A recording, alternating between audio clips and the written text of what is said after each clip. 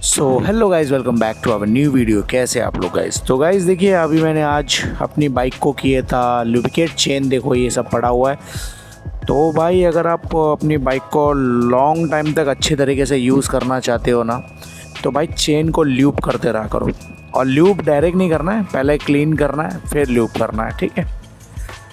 तो चलिए गाइज़, निकलते हैं घर पे।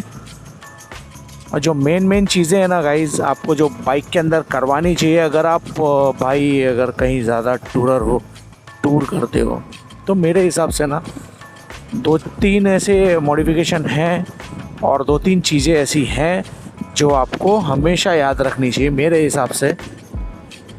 क्योंकि गाइज़ ऐसा होता है ना कि अगर देखो, आप जो छोटी छोटी चीज़ें होती हैं ना, यही बहुत ज़्यादा मैटर करती हैं। देखो यार, इसकी लाइट में मुझे कोई कमी नहीं लगती। देखो लाइट कहाँ तक मारती है भाई, ज़बरदस्त, सही है। सो सबसे पहली बात बताता हूँ कि चेन को हमेशा अपनी ल्यूब्रिकेट करके ही रखो। चेन आपकी लॉन्ग टाइम तक चलेगी। 910।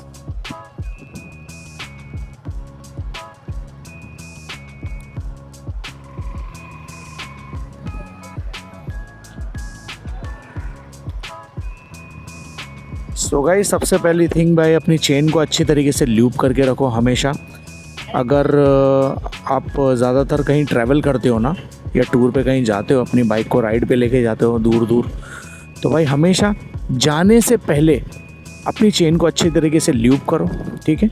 जब आ जाते हो तो अपनी बाइक को जब आप वॉश करवाते हो, जब भी वॉश करवाते हो, तो मेक श्योर कि आपका जो चेन है ना, उसको भी ठीक तरीके से वॉश करवा लो। ख़ास करके आप अगर डीज़ल वॉश करवाते हो तो, क्योंकि इंजन वगैरह है ना, इसको हमेशा डीज़ल वॉश ही कराना चाहिए।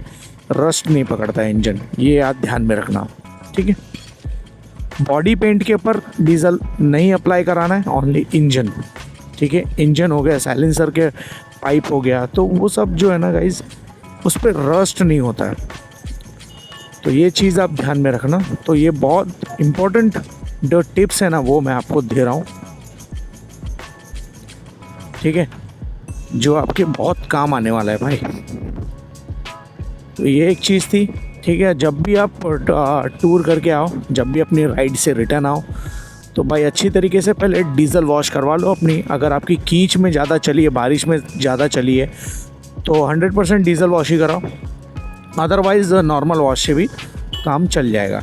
जब नॉर्मल वॉश करवाते हो ना, उसके बाद में एक चीज़ ध्यान में रखें, जैसे ही गाड़ी आपकी वॉश होके आती है, तो उसके 1 या 2 घंटे बाद जैसे पूरी गाड़ी ड्राई हो जाती है, उसके बाद आपको आपकी चेन को ल्यूब करना है। अगर आप गीली गाड़ी पे ल्यूब करोगे ना, तो कोई फ़ायदा नहीं है। जैसी गाड़ी चलेगी, पूरा लुब्रिकेट उड़ जाएगा आपके व्हील के ऊपर, मैक व्हील पे आके सब सारा चिपक जाएगा। सो ये 2-3 चीज़ें हैं जो आपको ध्यान में रखनी चाहिए, ठीक है? ल्यूब हमेशा करते रहो। लोग कहते हैं 1000 किलोमीटर के टाइम पे, क्योंकि देखो ऐसा होता है ना, जब आप प्रेशर से बाइक धुलवाते हो ना, तो मेरे हिसाब से आपको पर एवरी राइड के बाद आपको अपनी चेन को ल्यूब करना चाहिए, और करना ही चाहिए।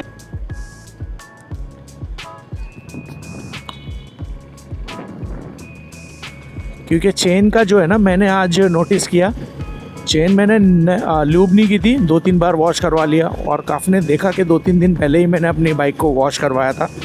तो उसके बाद में दिक्कत ये होती, जब गाड़ी चल रही थी ना, तो चर्र चर्र आवाज़ आ रही थी, मतलब जैसे चेन रब होती है ना, उस तरीके से। लेकिन अब बिल्कुल नहीं आ रही, एकदम स्मूथ चल रही है। तो ये सब चीज़ें मैटर करती है गाइस, अगर आप अपनी बाइक को थोड़ा अच्छे तरीके से यूज़ करना चाहते हो तो ये बहुत काम की चीज़ें हैं गाइस, जो आपको हमेशा ध्यान में रखना चाहिए।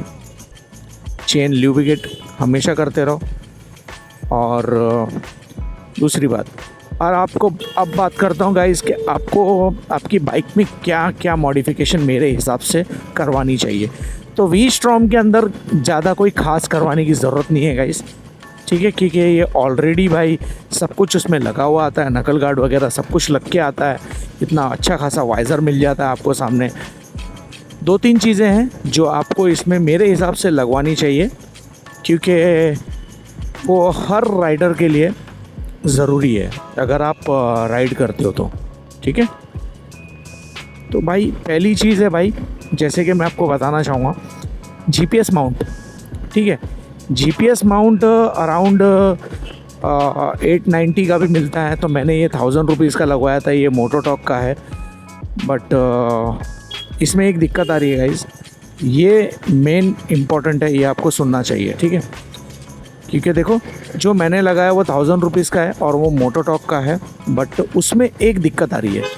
वो दिक्कत क्या है कि जैसे मैं चलता हूँ ना, क्योंकि जो मेरा फ़ोन होल्डर है ना वो काफ़ी हैवी मटेरियल का है, और आपने वो देखा भी होगा मेरी, अगर आपने नहीं देखा है, मैं एक्चुअली उसका नाम भूल रहा हूँ, तो आप मेरी वीडियोस में मतलब जाके देख सकते हो, या अभी से 1 महीने पुरानी वीडियोस में आपको मिल जाएगा, 10-15 दिन 20 दिन पुरानी वीडियोस में आपको मिल जाएगा इजीली। तो वो आप वहाँ से चेकआउट कर लेना प्लीज़, उसके लिए सॉरी कि मैं नाम भूल रहा हूँ उस चीज़ का, ठीक है। फ़ोन होल्डर है, इतना बता देता हूँ। तो भाई ये था, क्योंकि इतना वाइब्रेट करता है ना वो, मतलब कि आपको ठीक से दिखेगा ही नहीं कितना किलोमीटर चलना है, ये सब आप उसमें मिस कर जाओगे। तो आपको, मैंने गलती की है, वो गलती आप नहीं करना, इसीलिए मैं आपको बता रहा हूँ। मोबाइल होल्डर लेते हो तो वो कुछ बीबो का आता है, कुछ बेबो या बीबो ऐसा कुछ आता है, जिसमें फ़ोन आपका पूरी तरह से कवर हो जाता है उसके अंदर। वो थोड़ा सा लाइट वेट है और वो ज़्यादा बबल भी नहीं करता है, मतलब ज़्यादा वाइब्रेट भी नहीं करता है। तो वो वाला लगाना आप, मैं आगे जाके वही वाला लगाने वाला हूँ, ठीक है। अभी तो मैंने बहुत खर्चा कर दिया है इस, तो अभी नहीं लगाऊंगा, लेकिन लगाऊंगा मैं वही वाला, ठीक है। हाँ, एक सेकंड सॉरी। तो भाई ये हो गई, ठीक है, जीपीएस माउंट की बात, और अच्छी क्वालिटी का ही लगाना। और दूसरी बात, अगर उसके बाद भी आपका ये वाइब्रेट करता है ना, देखो ये अभी भी वाइब्रेट कर रहा है हल्का हल्का, हालांकि इस पर कुछ नहीं लगा हुआ है, लेकिन ये वाइब्रेट कर रहा है। लेकिन उसका एक सोल्यूशन है, आप मोटोटॉक का मत लेना, अमेज़ॉन पे इजीली मिलता है 899 का, 899 का मिलता है अमेज़ॉन पे। आप जीपीएस माउंट डालोगे फॉर वी स्ट्रॉम तो आपके सामने आ जाएगा, लेकिन उसमें 3 पट्टियाँ होती हैं, इसमें एक भी पट्टी नहीं है गाइस, ठीक है। इसमें एक भी पट्टी नहीं मिलती हमको, तो ये एक चीज़ है। इसमें 3 पट्टी होती है, तो उससे वजह से क्या होता है कि यहाँ पे भी बीच में सपोर्ट होता है, तो वो वाइब्रेट नहीं करता है। तो मैं भी वही लगाऊंगा। ये दो 3 चीज़ें हैं जो मुझे वापस से इंस्टॉल करनी है, ठीक है। तो ये एक चीज़ हो गई। और दूसरी एक और चीज़ है भाई जो मैं आपको बताना चाहूँगा, क्रैश गार्ड के बारे में तो मैंने कल ही वीडियो बनाई है गाइज़, तो आप वो चेकआउट कर सकते हो। अगर आपको नई वीडियो आपके पास नहीं पहुंची है या आप न्यू व्यूअर हो, तो फिर भी मैं आपको बता देता हूं कि अगर आप वी स्ट्रॉम लेते हो ना, तो आपको ना भाई क्रैश गार्ड लगाना बहुत ज़्यादा ज़रूरी है। क्योंकि जब ये गाड़ी 80% या 60-75% जब गाड़ी ये थोड़ी सी डाउन होती है ना, तो आप इसको संभाल नहीं पाओगे, समझ रहे हो। अगर आपके पीछे कोई बैठा है तो फिर तो आप बिल्कुल ही नहीं संभाल पाओगे, गाड़ी गिरनी ही गिरनी है, समझे। ये मेरे साथ में हो चुका है, खड़ी गाड़ी को लेके, मतलब मैं गिरी तो मतलब ऐसे गिर नहीं गई है, मुझे नीचे रखनी पड़ी है, समझे। तो ये 2-3 चीज़ें हैं, तो उसके लिए आप क्रैश गार्ड लगाना तो मोटोटॉक का ही लगाना, ठीक है। बाकी इसमें और कुछ ज़्यादा मॉडिफिकेशन मत कर देना, ठीक है। ज़्यादातर आपको लगाना है तो भाई आप फॉग लाइट लगा सकते हो, लेकिन मेरे हिसाब से तो भाई मुझे तो कोई नीड नहीं लगती फॉग लाइट वगैरह लगाने की, मुझे नीड नहीं लगती है। क्योंकि इसके अंदर जो भाई जो लाइट दी है ना, काफ़ी अच्छी खासी पावरफुल लाइट है। तो ये चीज़ मैंने नोटिस की थी भाई। तो ऐसा कुछ ज़्यादा ज़रूरी नहीं है, जैसे मैं सुबह 4-5 बजे निकलता भी ना राइड पे, तो काफ़ी उजाला रहता है यार, दिख जाता है सब कुछ सामने से, और कुछ नीड ही नहीं है भाई ये सब लगाने की, फॉग लाइट वगैरह की। बाकी आपको नकल गार्ड तो मिल ही जाते हैं, मिरर भी आपको काफ़ी वाइल्ड एंगल वाले मिलते हैं, तो कोई टेंशन ही नहीं है भाई।